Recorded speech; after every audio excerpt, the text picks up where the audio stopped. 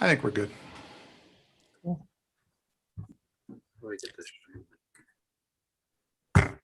And coming up with the next one. Let's try this. Here we go.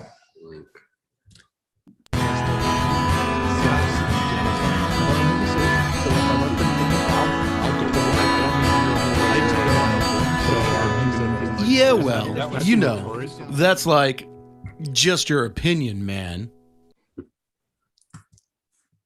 All right, here we are for the second in the revival of the world famous Audio Opinion Show. Thanks everyone for coming.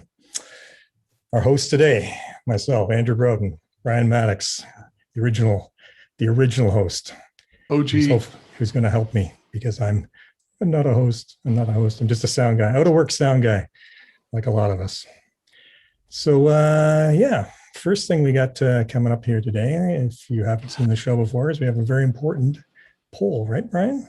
Yep, and we talked about you. I'll just do it because it's because we I'm sort sure of we talked about things it. I'm going to forget as fast as you said it. So. Yeah, it's all good. So so at least I'll do the first one. So first thing teaches us how to do the poll for those of you who are new. So I'm going to launch this poll, and all of my participants will see this. If you're watching this on YouTube, you won't see this, but I'll read it off. This is the most important question for the night, and this is, of course, the Princess Bride question. And the question is, who was Inigo Montoya looking for? 1, was it Count Dracula? 2, was it Count Chocula? 3, was it the Six-Fingered Man? 4, was it the Princess Bride? Or 5, was it no one? Submit your answers now. We're waiting. Easy one here. We're waiting anxiously. I see a count of, I think we've got just about everybody in. So I'm going to go ahead and end the poll, and I'm going to share the results. And it looks like everyone has said Six-Fingered Man, which is wrong because Inigo Montoya isn't in The Princess Bride. His name is Inigo Montoya. So, sorry, trick question. Welcome to the show. Inigo Montoya. Prepare to die. Prepare. My name is Inigo Montoya. You killed my father. Prepare to die. So, whoever it was that said no one, who saw through my ruse, congratulations, you win the internet for the day. Okay. Now let's find out what we're actually going to talk about. Was it this one that we looked at? Yeah, it was. So we're launching this one. So what are we going to talk about? What's our topic for the day? Well, we have 4 choices. So 1, in our opinions, what's the most important part of the signal chain? 2, do different amplifiers sound different? This is a takeoff on the post show that we were talking about last week. 3, what does warm mean when we're talking about audio? What does warm mean? And 4, what do we think makes the console sound a certain way? So vote early, vote often. Only got 2 people so far, 3 people so far. There's more people on this screen. And sorry, it's one of these 4 things. You're stuck with it. Like you're on. You gotta. This is what we're talking about, kids. Yep. Good thing we drift off topic in about 2 minutes. Mac, do not give away the secrets this early, buddy. Like, all right, I think we're pretty close. Oh, yeah, I think we definitely have a winner at this point. I'm gonna go ahead and hit end poll. I'm gonna share the results for everybody. So it looks like the winner by a nose is, what do we think makes a console sound a certain way, which kind of is a takeoff of what does warm mean. And when we were thinking about this topic, it was analog, digital, whatever. There's no limitation to that. So what do we think makes a console sound a certain way? I'm going to stop sharing, and I'm going to kick it over to Andy to lead the way. All right. Well, what does make an console sound the way it sounds? I'm going to kick this one over to Noah. What do you think? Got to start with me, huh?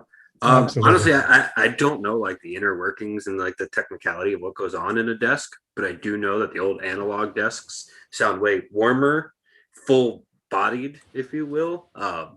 So less filling.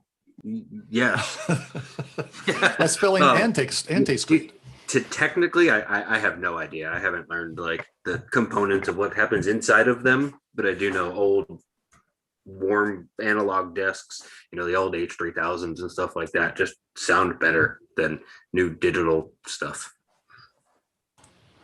So do you have a particular brand do you think sounds better than another brand? I think the Midas preamps are probably my favorite out there, even though they're not my favorite desks to work on, but their preamps are, to me, the best sounding out. Anybody else agree on the Midas being the one that sounds the best? Well, I would say that the analog and digital are different things, but analog, you start with a baseline that's probably a lot fuller, but digital, you can take the components and you can add in that fullness if you want, or you can take it out. Can you though? And that's Yeah. the $84 question. I don't know. I think you can. I mean, there's a million, right, preamp modifiers. I mean, emulators. I carried XL42s external to put on my money channels in front of a PM5D and made the console sound like $1 million just by putting those pre's in front of key channels that needed that unique Midas harmonic distortion at peak. Reality. Right. And it also depends on summing amplifiers, but we can get to that later. Well, it depends on amplifiers, and it depends on the fact that even digital consoles have analog input stages and analog output stages. Although the analog output thing is getting to be a bit, maybe not as much of a thing because so much of the signal chain right to the speaker now can be digital. But even still, it still goes through that conversion process on the front end. And if the components and the supply voltage and all that other stuff at that point isn't as good as what you get in an XL42, then it's just goes from there. And all And but a it's up very to- select few consoles have mic preamps before that A to D. Well, and it's also exactly why the PM5D was a completely lower class of console than the PM5D RH. Those two variants of the console had utterly divergent preamp designs. And if you were carrying a PM5D RH like I was with Lone Star and found yourself on a fly date with a PM5D and your lead singer threw a temper tantrum, that was why. Not that ever happened. Not that that's a true story. Not that it's ever something that actually took place. But thank you for sharing that apocryphal might have happened story. What did the RH stand for, Jason? Was it Remote head amp. Recallable. Callable. Head amp. Ah, Very good. That's like Nice the Inigo harmony, Montoya guys. question. Yep. Gord, I'm sure you have something to say about this. Well, I mean, I agree with everything I've heard so far from everybody. It's That's not what this is about. I Come like on. it. I liken it to I like to compare a lot of audio process to the visual spectrum because our visual cortex is so much bigger, and when we start relating to it that way, I think people kind of can focus on it a little more objectively. And it's like a good lens in front of a bad piece of film, or a bad lens in front of a good piece of film. And digital process, analog process, either. There is a lens in front of that process, and at the back of that process, there's some lens or something that we look at it with. After it's converted back again. So it's there's a lot of subjective and different processes that different digital manufacturers use, but analog is all kind of the same. The way that summing bus works, it's all the same. It's preferable, but you can't manage it as sophisticated as you can the digital. So, you say, which one sounds better? Well, what makes your mix sound better? Management, execution, or throughput, or the way a summing bus sounds, so it's you're mixing some crazy pop act, you need the one button tap dance. The whole console morphs and changes into something else, and every compressor margin is changed, and it's so. So you're saying Midas sounds better, right?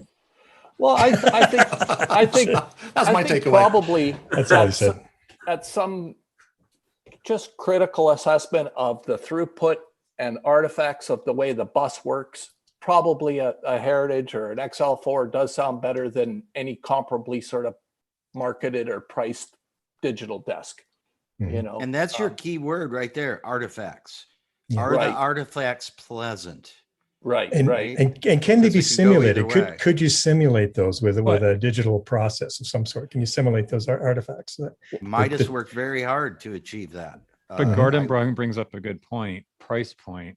An H3000 with a double wide rack, double stacked with all of that stuff is way more expensive than any digital system, front of house control system, unless you had like a Studer with those same outboard, like that same outboard gear. Right. Your cabling alone could cost you more than a small format digital desk. And and transport and maintenance and yeah, which is why we, why we have not, I don't want to say we have all, because I actually prefer digital, but why the industry was dragged reluctantly into digital, because it was just too freaking more efficient. But we touched on this, and I think I jumped off of Nathan's thing, and then Jason said, because he said basically that you could essentially, if you didn't have the sound in the digital desk, you could make it sound that way. And Jason, you said, well, I did that by, inserting analog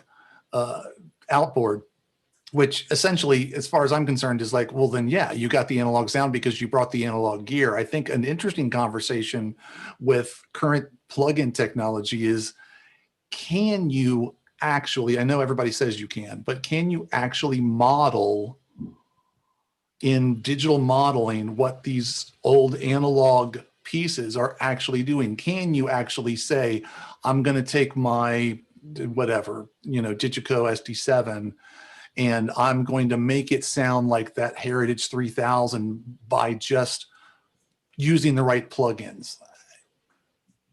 Can I yeah, say, absolutely. I'll leave it to the panel to decide on the insert, the viability of inserts doing that. I'll say in my opinion, the only place that plugins can't do it is on the analog front end when it comes to different impedance matchings between your input device and your first stage of amplification. Your microphone or your pickup or your DI and the first amplification stage, that impedance match is critical. Finally heard something I wanted to agree with. Thank you. Yes. It's critical to frequency all response, to goddamn slew day. rate, yes, to a transient response. All of those things are drastically altered by the difference in impedance between the input and output, that once it passes the ADC, you got what you got, I'll shut up now. Digital boards are set up for the right impedance. Not so much. The right impedance. What's the right impedance? They're set up for an impedance. It's going to be different on different mics. Yeah, exactly. I would speak to it from a signal Right. processor. Yep. Think A about signal piezo needs processors 10 that million you've been ohms. used A piezo pickup needs 10 million ohms of impedance to have a flat response. A ribbon microphone only needs 600 ohms. So, and the entire variation in between, it's all very specific to the actual situation at hand. So this isn't, I would just point out, this isn't a digital versus analog conversation. This is just impedance and amplifier circuits. Well, it's the question of, can plugins take the place of a proper analog signal chain? I see. Okay, sorry. Yeah.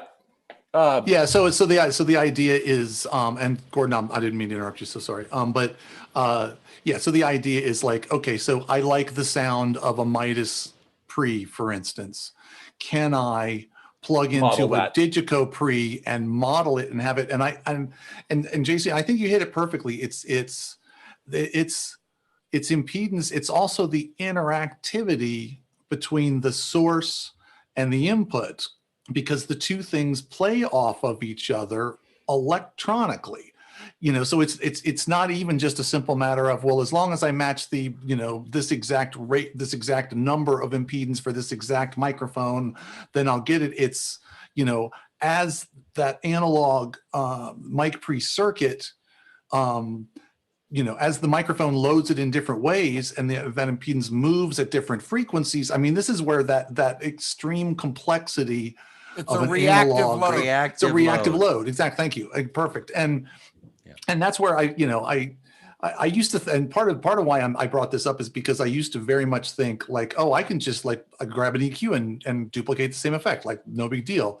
And it's just been, over time as I've learned better, it's like, no, there's things going on that we can't discount though. That right. I mean, that takes the place of, once your tracking session is done and the tracks are on tape, you got what you got, just like that other situation. So the plugins are a miracle of technology from that point on, because they really can do some amazing stuff that sounds like a 660 Fairchild. I mean, I've listened to demos of them side by side, with identical tracks, and you'd be hard pressed to tell the difference. So, it's two animals.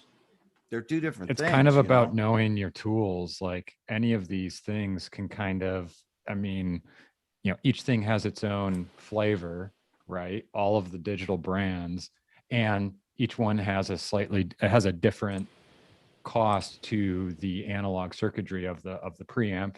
And so that immediately equates to the quality of the audio that runs through it. Some manufacturers put more money into their agreements with plug-in manufacturers and to make the console sound better. And then there's different manufacturers that put more money into the analog technology. And I think most would agree that those consoles sound better because you can still use plugins on them. But it still doesn't matter. You still have to know how to use your tools. And I think one thing that has drastically diminished the quality of our industry in general is the advent of all these tools being available at an affordable cost point. And I can tie this all together in a practical example.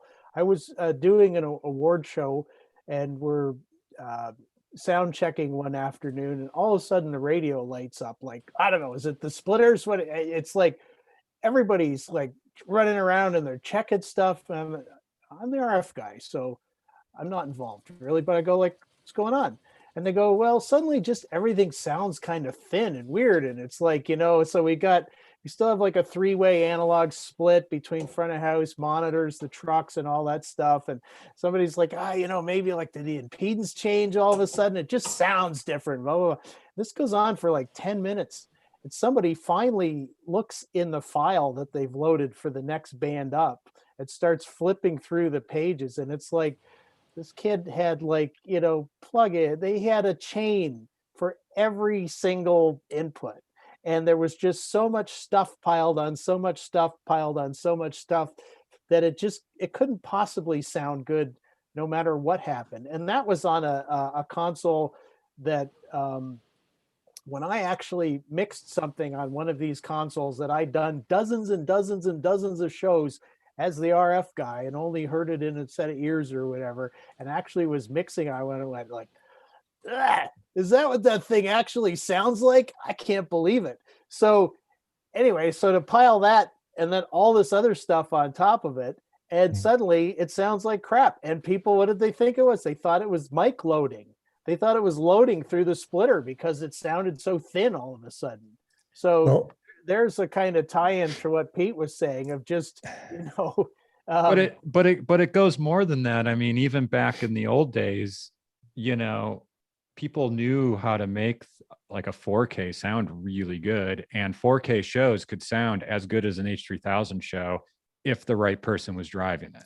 Same thing with PM5Ds. I've seen one particular famous front of house guy who's still around mixing really big acts, and he likes the 5D RH, and the guy next to him who's also very good will be on something different, and that guy's 5D RH sounds just as good because he knows how to use his tools, and I don't know. I think, and there's a lot that plays into that, like the fit and finish of the surface for you as the operator, or the way that the lights look for you as the operator. Like there's all of that, all of those mental psychology games play into how you use that tool, how the meters respond, how the screens look. And, at least for me, there's a preconception of how that thing is going to sound before I even hear it. And I don't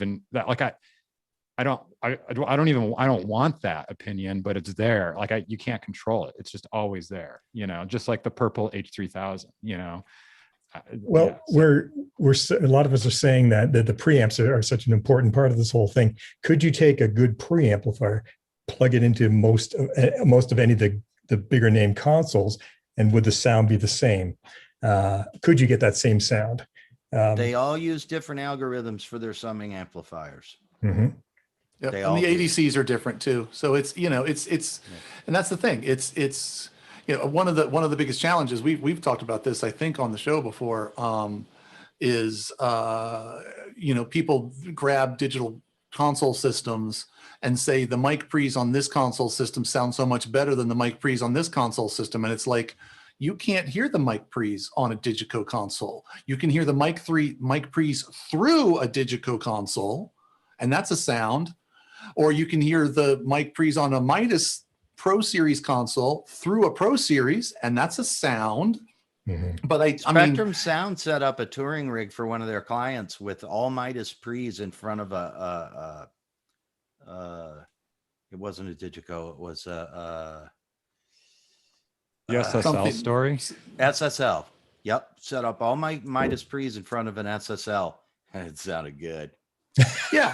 Well, and it's Brown Note did that Midas pre's with a profile, and it sounded amazing. I was like, wow, that's kind of really interesting. I would rather the opposite. I would rather a profile with 48 outputs breaking into a Midas. Okay. Why is that? Interesting. Because then you have that analog bus doing what it does.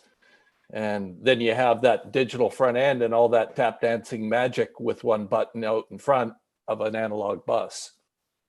Doesn't John McBride run his system that way? John McBride he uses the Paragon summing, but all the preamps and everything are ATI in a rack. John McBride, with right? his kit. I know he was a Paragon guy forever and ever. I've seen him underneath of it a number of days. But he doesn't use the Paragon preamps. Doesn't use the Paragon anything else. He just uses the summing. Paragon. Oh, sorry. API. No, that's incorrect. ATI and API are different. That does sort of come back to what I said initially, though, because things like, again, like power supply voltage in, say, an XL42 preamp, it's probably plus and minus 18 volts. In the preamp and probably most digital mixers, it might be plus and minus 6 volts or plus and minus 10 volts. And where you hear headroom differences, in particular, voltage a lot of times equals headrooms. For example, those ATI preamps that we were sort of talking, the MX802 one rack space thing, those things had plus and minus 48 volt supply rails. And I found that out while working on one time and touching the skin of both regulators at the same time. You. Shocking. Neve is plus minus 24, which is part of their magic. And they actually, from what I understand, Rupert calculated that when you hit a peak of plus 24, that's just after the transformer is saturated. Yeah, they're not And plus so- and minus 24. They are 24 volt single ended. Original gotcha. Neves, like 1073s. Yeah. Don't ask me how I know all this stuff. But anyway, so a lot of digital consoles, like for the preamps alone, to just have the kind of electrical headroom that a good analog preamp will have is, it may not be there. And so then you're converting something that's just doesn't have that kind of oomph to it that what the analog signal does. And that's why, for example, putting XL42s in front of a profile or even in front of an SSL 500 or whatever is, you probably are going to hear that. And to Gord's point of digital summing, for a long time, digital summing really, really, really made my head hurt, because the idea of the kick drum and the snare drum and the hi-hat and all those coming in and being chopped up into 44,000 or 48,000 or 96,000 or whatever the sampling rate is, chopped up into a bunch of little pieces. I kind of get that. That kind of makes sense. The idea of all of those streams of chopped up numbers getting down to the summing amp and all of them being summed back together to come out as one thing, that really made my head hurt. And that also brings us to another point, and you see people doing this all the time, is that the clocking in digital is hugely important. Timing is everything in this business.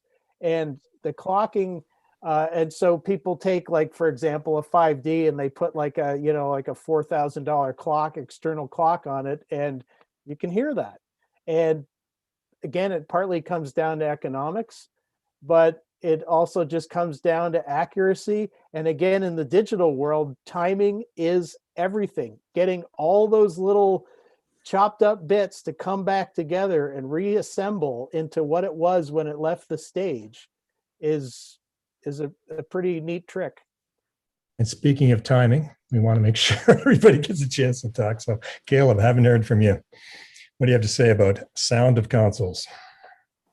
I haven't used as many consoles as probably anybody else here. So it's more on the theoretical side, especially the digital side, and talking with Midas quite a bit. Midas, at least the guys I've talked to, really downplayed the importance of preamps. And they're the ones that said that preamps are just marketing, essentially. And what they said, which makes sense to me, is that a lot of it's the phase response and how accuracy the algorithms are. And they said as long as you can get everything in phase and how those ones and zeros are chopped up, and as you modify the EQs and compressors, that they said that's actually where the differences come in. But they said we can't really market that, so we keep saying preamp because that's where the dollars come from. Mm-hmm. And I think many of us realize that it's not the perfection of the device, but the way it changes the sound, it actually imperfects the sound in a way that we like. Puts the harmonics in there. Every single console made sounds better than the decisions I'll make. Hey, that's great. That's what comes down to my saying that the EQ is phases, time is money. That has to be post Behringer Midas, because I've sat for hours with Fez at Midas before he left them, and those engineers agonized over not what the preamp is doing when it's operating below its headroom threshold. They agonized over what it does when the engineer overloads it. And that overload, soft clipping. That's right. That the ratio of harmonic to inharmonic distortion is the signature Midas sound. Right.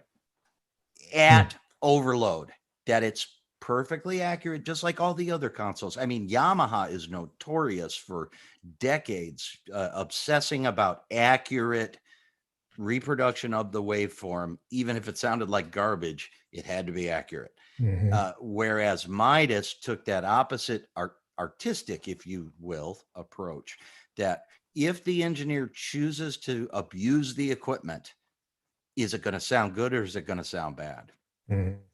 And Yeah. I've seen, they've showed me spectrum analysis. They've showed me But also, Jason, waveform I think readouts. that's a trend with the manufacturers. Most of them, they downplay the importance of the preamp. I mean, when a couple of years ago, when there was a turnover of a couple manufacturers to new models, I was like, oh, do you have, did you guys correct your preamp problems from the old one? And these are very popular consoles, like maybe the most popular. And they were like, why would we do that? Right. Well, I think it went both know ways. what? Look at all the years that Mackie advertised low-end consoles on the marketing idea that our preamps are better. Well, it went both ways. Back to the digital world for a second. A lot of the preamps are the same chips. And because there's only so many chips out there that allow you to basically have digital control of an analog signal. And so, early on they were I think SSM 2117s or something. I forget the number. But so one of the reasons they're probably downplaying the differences is that a lot of consoles from a lot of different manufacturers could very, very easily have the same preamp chip. And the difference between the same preamp chip and an analog preamp that's made with the same integrated circuits is different, because that preamp chip is an entire preamp on one piece of silicon. Whereas, for example, look at this. It's a Soundcraft Ghost module just lying on my bench for some reason to get some parts changed. But the way that they manipulate the signal out of those chips are different, though, and the way that they drive them with voltages are different, right?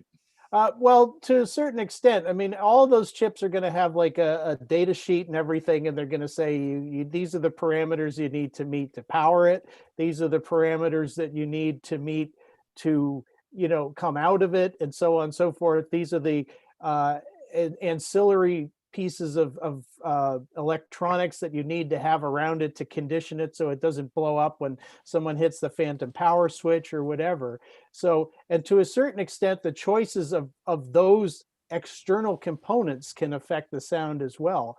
But the actual preamp might be the same chip in, say, the top 5 selling consoles or something. We went through several years there where several console manufacturers, especially in the mid and low end, were advertising their Burr Brown preamps, the op amps, which are the same industrial op amps that everybody uses, were superior. What they didn't talk about, and for some reason I don't know why they still don't talk about, exactly what you're talking about, the extraneous circuitry. They're not talking about who uses film capacitors in the audio path versus electrolytics, which are measurably different. Ike, what's the other form of capacitor? The solid state capacitors. There's many. There's ceramic. There's polystyrene. There's polypropylene. There's so on and so forth. And there's tantalum. There's a bunch of different ones. And all of those things make far bigger difference on the final product, the final output, than the actual operational amplifier at the middle of it. For sure. But several were advertising the same garbage that, we have Burr Brown operational amplifiers. Everybody uses them. I would beg to differ there. Actually, one of the, they happen to be Burr Browns, but one of the reasons that this thing is sitting here is because it's had its input ICs changed from what happened to be Texas Instruments and Signetics to Burr Brown, not because it's Burr Brown, but because of other things like slew rate, for example. Like the slew rate of the replacement chips is almost triple some of them and almost double some of the other ones. And you can hear that. You can definitely hear that. So it comes down to selection of components. Same thing. Here's a bag of capacitors that came out of a DPR 901. And they were replaced. Face fucker. That's right. There goes the PG-13. Isn't that what you love call you, those? Gordon? So I am going to jump in only because like we have gone incredibly deep into the weeds, and it's funny because Andy and I before the show were talking about, and we were like, I don't know, does this topic, like, could we get an hour out of it? And we just spent 15 minutes on like capacitors. So it's fairly easy to do. Rittenhouse, I'm going to throw to you because I don't know if you've And we actually haven't done talked anything about other than transformers either. we haven't even done, so Matt, so there's a couple folks that haven't gotten a lot of words in edgewise. Rittenhouse, give me something. Then I'm going to jump to Jan after Dave. So because Jan has been politely holding his hand up for literally 45 minutes. Ed and Jay haven't had anything to say either. And we'll throw to you guys as well. But go ahead, Rit. There's a whole lot of things. And I mean, for example, we talked Digico earlier, and we talk about the you can go to the 24-bit preamp versus the 32-bit preamp, on and on and on. A lot of it comes down to the engineer and how he's going to handle what he has in front of him. How is he going to mix with this or that? The other key point, and it's one interesting thing if we circle back to Yamaha versus the, let's say, CL5 versus the Rivage, insert point. Where are you putting that plug-in? Where is that being played at to sound best? Do I want this channel to sound like an SSL? I can make that do that, but where do I want it to do it? What other EQ do I want to have post or pre that preamp emulation? So a lot of that is driven by the engineer and how he wants that to play out. Well, and I think Dave, I think you mentioned something about this, and back in the day, I was a much better A1 on a 4K than I was on an XL4. And for some reason, every time I say that to people, they like, go, how is this because I mixed on a 4K 99% of the time. You knew how to manipulate it. I knew how to manipulate it. I knew how to use that tool. And I could certainly get a decent sounding show out of an XL4, but knowing. And was your objective to make a clear vocal, or was it to make the bass guitar grind? That's exactly. And my approach was, in a lot of ways, my approach was tailored by my tool as much as my tool was tailored by my approach. The two things end up feeding back on each other. It's like they're symbiotic. Yeah, because if my tool favors cleanliness, for lack of a better word, if it favors linearity, then when I want to introduce non-linearity, I know I need an external tool, and that's fine. But I'm relying on this primary tool to give me linearity. And then it's like, oh, I want to put grunge on the bass, so I'm going to put a DBX 160 and I'm going to overdrive it and give myself this grunge sound I want on the bass. But everything else is going to give me linear response. And I found that very intuitive and a very easy and a preferable way to work. There's just as many folks that worked at the same time on the same gear as I did that were like, I can't make these Yamahas sound good to save my life, who were kind of relying on that. Give me that extra warmth of the overdriven mic pre's, give me that extra whatever. And to me, it was just like, this isn't giving me exact, like, it's changing it. It was, one thing feeds the other. Ike, I'm not going to call on you because Jan has had his hand up for 45 minutes. Jan, weigh in on this for us. Okay. Hey, well, first of all, I am very honored to be in a room with such esteemed engineers. And I also want to thank you, Brian, for picking the theme of the Princess Bride rather than the Monty Python Holy Grail at the bridge, because we'd all be catapulted off a long time ago for the wrong answers. Having said that, dealing with consoles for a long time, what I found, before I go into specifics, I just want to say this. I deal with a lot of different people from all over the world, all different companies, and I've been doing this for 24 years. And what I have found is that once somebody locks into what they like, they use logic to tell me why what they're doing is the best possible way to do it. And that is a fact. And so whether or not it really does work that way or not, they believe it. And we all know that if you believe something deep enough and strong enough, it's the same as reality. So having said that, I will say that nobody mentioned the Gamble, the EX56, which of course had phenomenal preamps, great routing, right? And not only that, it had headroom to spare. I mean, forever. The preamps, unbelievable. Nobody mentioned the KDAC. Now the KDAC, well, that was special because it had such phenomenal grounding made with all copper. It was exceptional console, and it had so many different outs where you could focus sound in anywhere that you wanted. That's why it was so big in Broadway. I'll also say that people that are using the XL4, they'll still use the XL4 if they could afford and not you take up those seats, not worried about taking up seats. Just they would do that. And the last thing I will say is that the PM1000, they have the ultimate preamps, because you will find that people will buy up the PM1000 to put them in recording studios. So that's what I have to say. I did not know that. It's when the Well, then you're off the bridge. They mount channel strips in rack. the PM1000 and the PM2000 were the only two Yamaha consoles with transformers on the front end.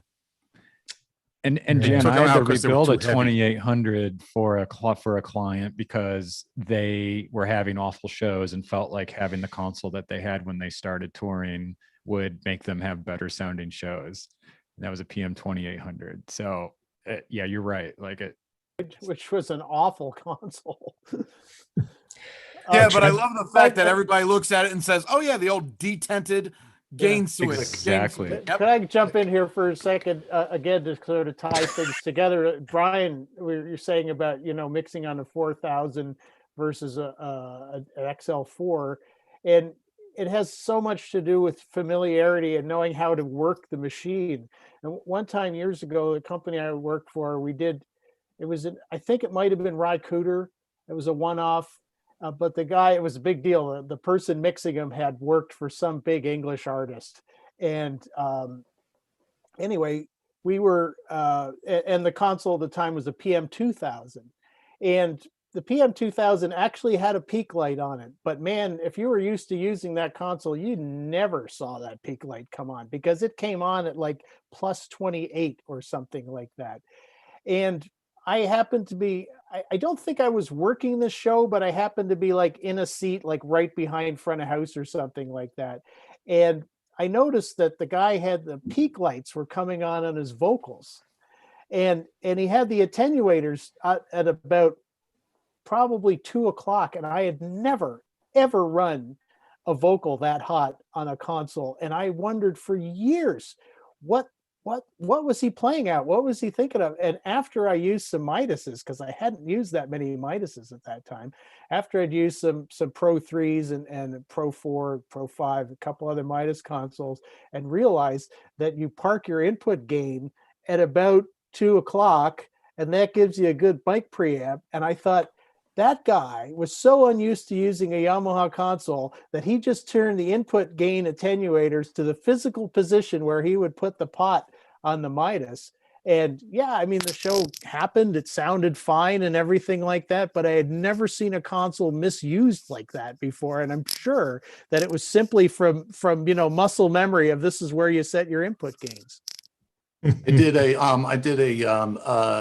demo of a DMB rig, big outdoor rig, and the opener came up with, and they had their own console with aux fed subs, and so they're sending the aux fed subs wide open, as loud as the console will send it, and literally like ambulances are showing up because people's hearts are failing. There is so much low end in this field that people are dying, but they didn't hear it because they were just like, on this console, to get my club sound that I'm used to doing in some crappy club, I have to redline the stupid aux 1 or it doesn't sound good.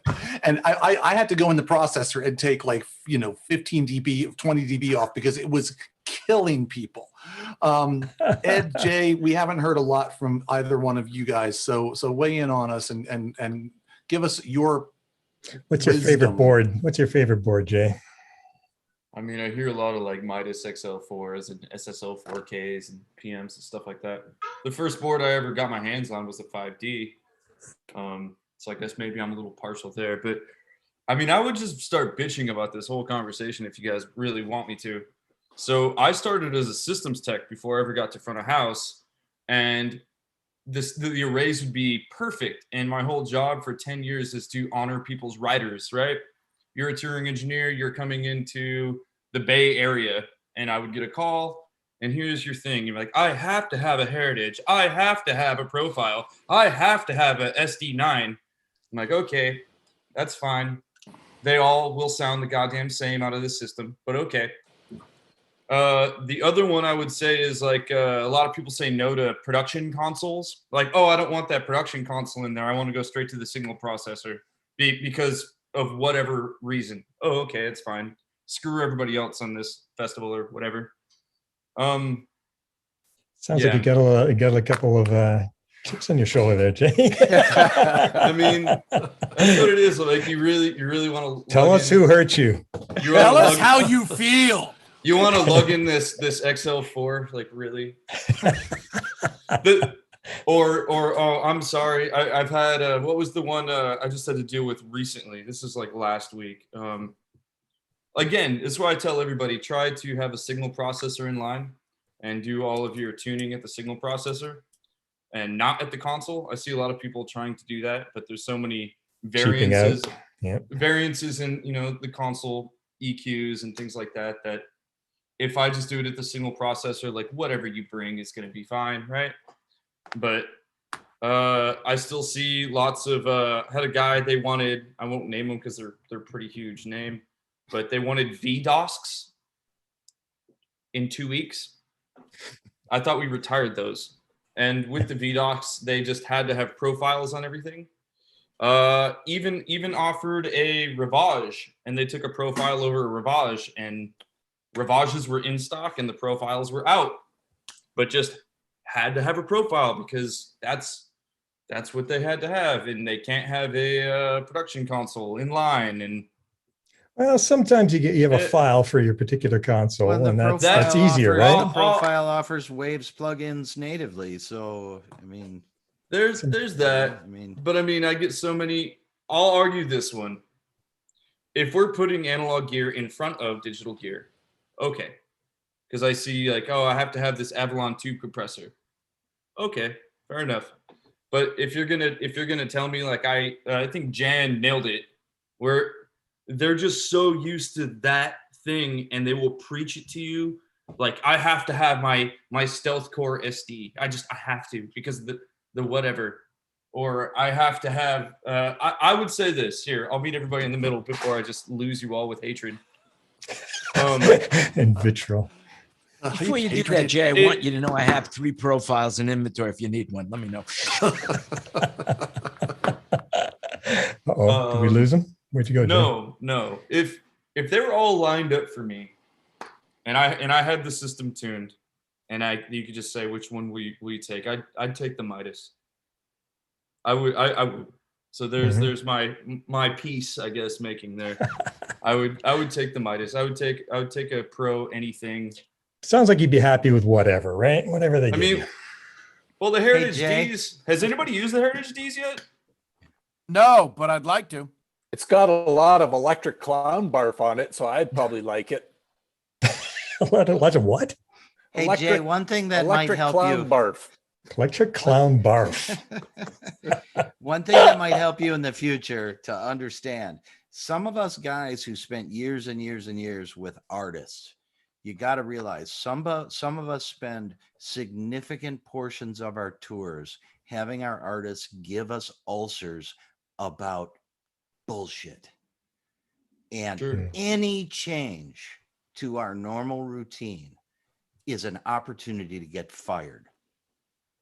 And I mean, I've toured too. I just didn't, name drop that one on there, and I will meet you there for sure. But yeah, I mean, I thought the argument in general is on sound. And when somebody tries to tell me like, oh no, this preamp is just so much better than that preamp, I'm like, this system's in tune and it's perfectly aligned. Like, I guess in And you nailed it earlier. Impedance, there's a factor where I'd say, okay, that's going to be a difference. I can understand that. Or things are going to be tuned ever so slightly. But I've just seen it 100 times where I'm, okay, tear this down, put up, bring in the XL4. Sounded exactly the same as the night before. I actually have a good story about this. I was at the Naval Academy doing a multiple act show, and they tried to line these shows up so it's a rap act or hip hop act, a country act, and a rock act all in the same night. It's kind of weird, but it plays to the entire midshipment. So we actually had an XL4, a PM5D, and a profile. So with that in the same system, I tuned the system, same tune, same everything else. We sat there and played the same song through every single console. And I can tell you, the XL4 sounded the best. Because it was louder. I got to say something. There's something that you said, Jason, that is just. First of all, I weaned my teeth on doing benefit shows with multi-celebrity acts. And when they wanted more something that I couldn't have, I just said, look, this is what we got. Everybody's going to share. And that's how it was. And I learned that. So when I was the production manager of the House of Blues in LA, and Aerosmith came into the room, and I had a Yamaha PM3000 and a Yamaha Wavefront audio system. And when I said to these guys, well, look, I'll take it down and put anything you want, but you got to pay for it. Steve Tyler said, no, thanks. We'll go with what you got. And when it came to the money, these artists say, they'll fold like a sack of wet rags. MSG is like Somebody else is paying for it. Everyone will use those Vertex. Same with Crosby, Stills, and Nash. They came in, they gave me such hassle. And I said, listen, I'll take it down. It's just going to cost you thousands of dollars because I'm going to have to retune the room after you leave. Now, we'll work it. We'll work with it. No, it's okay. Hey, before we run out of time here, Ed, weigh in, please. Yeah, sure thing. I mean, so I'm typically a Yamaha guy, which, as we kind of talked about, are known for being more of the accuracy.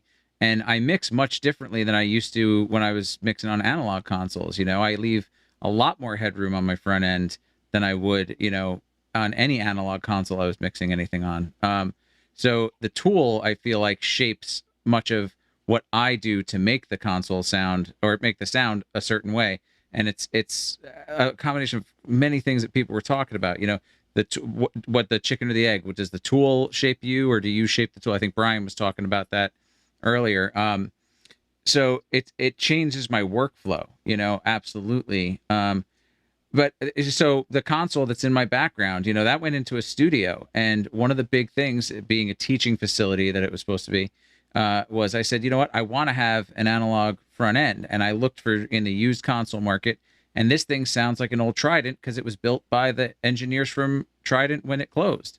I think it's the only one in the country, in the US right now. But, well, I mean, I kind of like that 80B sound. So I said, you know what, I'm happy with finding something that sounds like an 80B. Then it goes into Pro Tools, but we can come out of Pro Tools and have analog summing.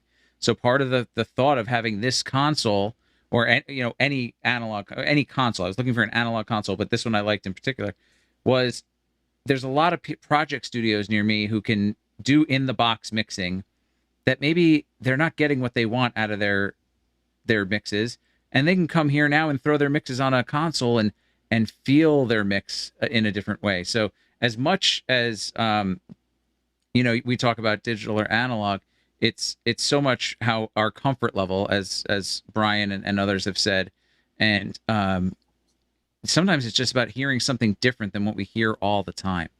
I know the first time I mixed on a Midas, it was like a much different experience than when I had mixed on the Yamaha PMs. It was just a totally different beast. And that whole whoever was talking about cranking that preamp to 2 o'clock, I think that was Ike who was talking about that before, that you're not slamming it on the Yamahas, but then all of a sudden you get to a Midas and you get someone who's in the know the first time you get on one. They're like, no, crank that up. No, crank it up more. No, seriously, keep going. And then you do it and you're like, what is this? So you don't know until you know. and until you do it, and you have to experiment and try a lot of stuff. For a long time, I had for club, like small bar band and club stuff, I was using the Allen and Heath little format, small format analog consoles, because I liked how those sounded. I really liked how the faders felt, and that made me mix better when I knew that I was, as opposed to something else in its price range. We talked about price ranges earlier, because they were super smooth, reactive, and the muscle memory I picked up. I'm like, today, I mix so much with my eyes on my digital consoles because I have to be looking at a screen, because I can't just close my eyes and grab things like I did back in the analog days. So there's just so many things, but purely on sound, I love slamming a preamp on a console where you can do that and you get the harmonics that sound good. I'm much more cautious on a digital console because you don't have that same soft clip that I think that Gordon had said earlier that you do in the analog world. So throwing an analog pre in front of a digital console, absolutely. I've got some old Neotech channel strips that I'll put in front of my analog desk sometimes just to kind of warm it up and give it some punch and make it rip, but that's kind of it. I can live in either world, but there's a different sound, and you have to manage your own expectations of what you're going to get out of it. And I think that makes the biggest difference. If you approach a digital console thinking you're going to make it sound like that Midas in the same way without modifying your behavior and your style, that's where people get disappointed, I think, and form that bias of this is not the same, this isn't as good. It's just different, So that's kind of my take on it. Which I think is it's. I was actually kind of joking with Andy on back channel. It's like Ed is wrapping our show for us because like you did kind of like almost perfectly sum it all up. This kind of makes me sad, but I'll tell a quick little blurb, and then Mac, I don't think we've heard enough from you, although I can't believe I said that out loud. I can't believe you did either. But haven't we heard enough from you on Practical Show Tech? Seriously. But I also do a lot of stuff in the church production world, and there's a big international church called Bethel Church that does our level of professional production. But their current live broadcast mix room has an AMEC recall in it, which some of the old timers in you will remember the AMEC recall. Rupert Neve designed pretty good sounding desk. That's their desk. And then kind of in the middle master section with all the master faders pushed up, they have a keyboard and a little mouse pad. And the only thing they're using out of the desk is the mic pre's, and they put it all into a Pro Tools rig and don't use any of the rest of the desk. And every time I see a picture, they floated a picture of it. They've even like floated a video and explained to people because people are like, what are you doing? Every time I see it, it makes me sad. It's like you have this beautiful piece of hardware and you're literally just using it to prop up your keyboard and mouse on, like all those beautiful summing amps, all that stuff. Like I get like Pro Tool, but use all the rest of that beauty. Anyway, Mac, wrap us. Give me your learned opinion on this, and then we'll call it a day. This has been a great conversation. Go ahead, Mac. Well, I don't know what I would consider learned, but I'm a big digital fan. Although I started out before there were PM 1000s. But as I got older and my shows demanded more inputs, there just aren't enough inputs on an analog console, and you can't fit 2 or 3 Heritages H3000 in a room, and mix it with roller skates on sucks. Yeah, I haven't done it on roller skates, but I've done it on a special masonite floor with a rolling chair, with 2 Soundcraft Europas and a Soundcraft Delta to get 90 inputs on that was on a old people's convention. It was an AARP convention, and we needed 100 inputs. And when on Clinton Global Initiative, I had 300 inputs, and I was mixing in a room that was maybe 12 feet by 20 feet. Wow. And it's not going to be analog consoles in that room. I mean, the air conditioning couldn't handle it, for one thing. And we got to remember, even with exquisite execution of engineering, 300 parallel inputs with multiple gain stages is going to get noisy. But they're all going different. They're all going different places. That gig was mixing 7 venues at the same time. But with digital, it's a non-issue. You don't have interface. Right. What Mac had is what you call a cornfield of plastic knobs. Yeah, it was.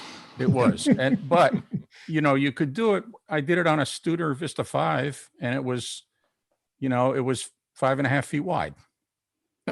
And I had I think there were 36 faders on that surface, 12, maybe a little more than 36, and 6 layers deep.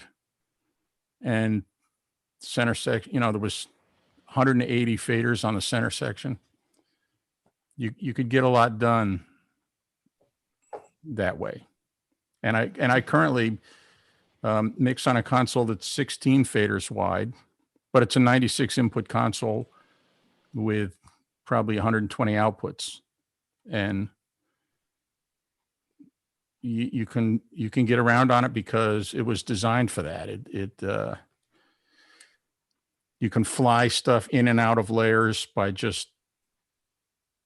you throw away an input you don't need anymore and you slam a new one in that slot.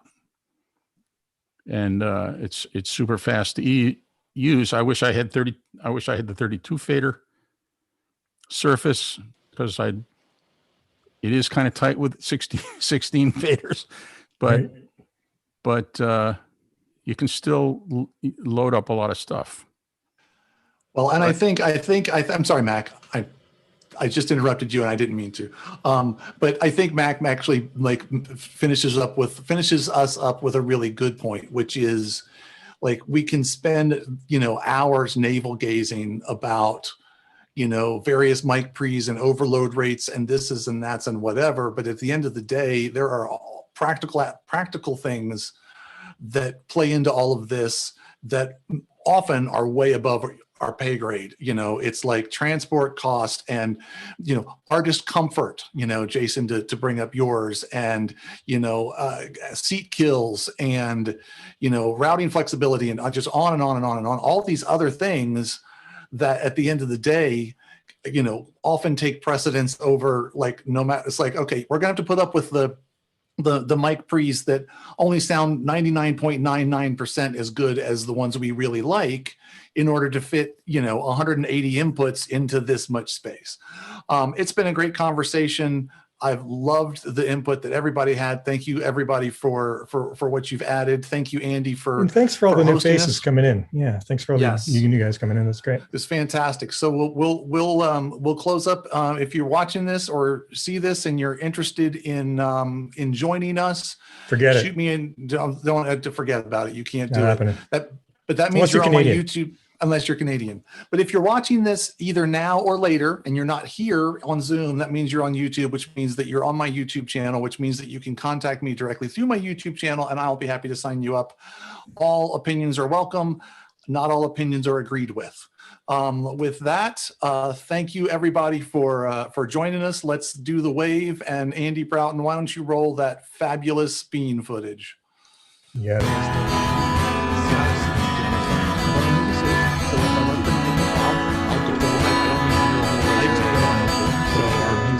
Yeah, well, that's